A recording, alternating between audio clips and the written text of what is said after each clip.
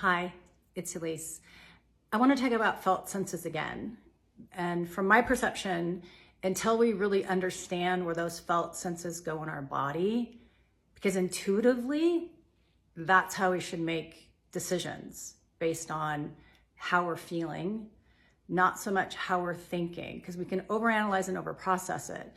But if we can come up with some kind of conception of what's happening, and then we take the time to feel into it, then if you know where a yes goes and a no goes, then there's your answer. It's really, really that simple.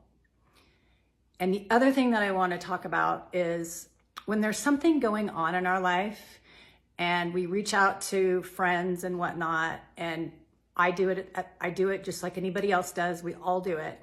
But when we continually ask somebody else's perception, then we're not done.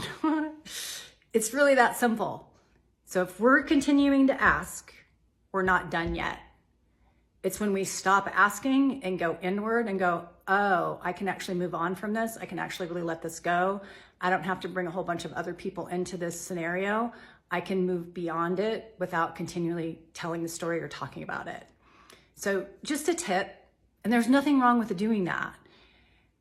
But when we do it constantly over and over and over again, and yes, some of us process differently and whatnot, and some of us verbally have to process, some of us go inside and do that.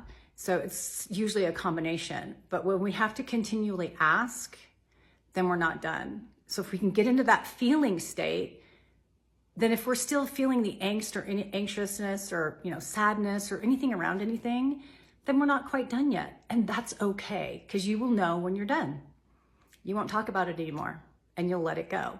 And it's not in your energy system anymore. It's actually been released. Okay, so that's my tip. So work on those felt senses where yes and no goes for you. So a no could be kind of a contraction. A yes could be really an expansion in different parts of the body. Okay, see you next time.